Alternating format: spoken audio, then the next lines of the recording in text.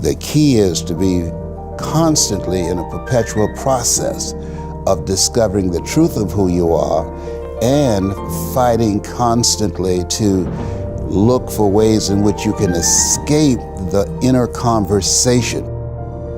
Between ages 0 and 5, we determine what's available to us and what's not available to us. And so that was a defining moment. I knew there are certain things I could not do, certain places I could not go. They used to have signs on Miami Beach that said, Jews, dogs, and coloreds not allowed. And so now you have to operate within the constraints of the dominant society and the things that they've created for you. And it's a challenge to see yourself beyond that and to work to get outside of that, even after those laws have changed, because that has become so much a part of you.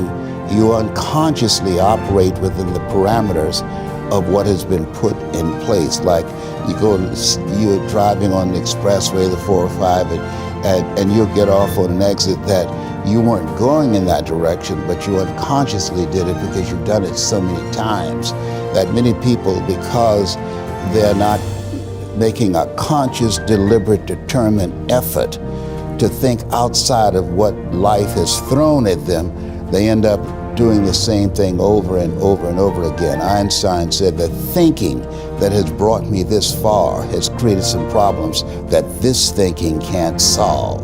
And so through relationships, through reading, through studies, through goals and dreams beyond your comfort zone, it allows you to begin to live out of your imagination as opposed to out of your history. Disney said, the imagination is a preview of what's to come. There's no better pathway to self-realization and the ennoblement of being than to posit the highest good that you can conceive of and commit yourself to it. And then you might also ask yourself, and this is definitely worth asking, is do you really have anything better to do? And if you don't, well, why would you do anything else? If you orient yourself properly and then pay attention to what you do every day, that works. And I actually think that that's in accordance with what we have come to understand about human perception, because what happens is that the world shifts itself around your aim. Because you're a creature that has an aim. You have to have an aim in order to do something. You're an aiming creature. You look at a point and you move towards it. It's built right into you. And so you have an aim. Well, let's say your aim is the highest possible aim. Well then, so that sets up the world around you. It organizes all of your perceptions. It organizes what you see and you don't see. It organizes your emotions and your motivations. So you organize yourself around that aim, and then what happens is the day manifests itself as a set of challenges and problems, and if you solve them properly, then you stay on the pathway towards that aim. And you can concentrate on the day. And so that way you get to have your cake and eat it too, because you can point into the distance, the far distance, and you can live in the day. The definition of greatness is to inspire the people next to you.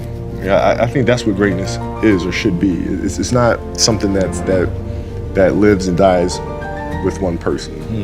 It's how can you inspire a person to then in turn inspire another person, that then inspires another person. And that's how you create something that I think lasts forever. And I think that's our challenge as people, is to figure out how our story can impact others and motivate them in a way to create their own greatness. There's a quote from one of my English teachers at Lower Merion named Mr. Fisk. He had a great quote that said, "Rest at the end, not in the middle." And that's something I always live by. I'm not gonna rest, I'm gonna keep on pushing now. There are a lot of answers that I don't have, even questions that I don't have. But I'm just gonna keep going. I'm just gonna keep going, and I'll figure these things out as we go, right? And you just continue to build that way. So I try to live by that all the time. And what brings you the most joy right now? Being with my family. Really? That is the most fun. It's just, it's hanging out with them all summer, being able to like do things that I ordinarily couldn't do. Yeah. Because of training, because of season and stuff like that. So being around them and watching Bianca grow up, because there are a lot of things that I miss with Nathalie and Gianna because I was playing. So being there every day with them is so much fun, man. So it brings me the most joy.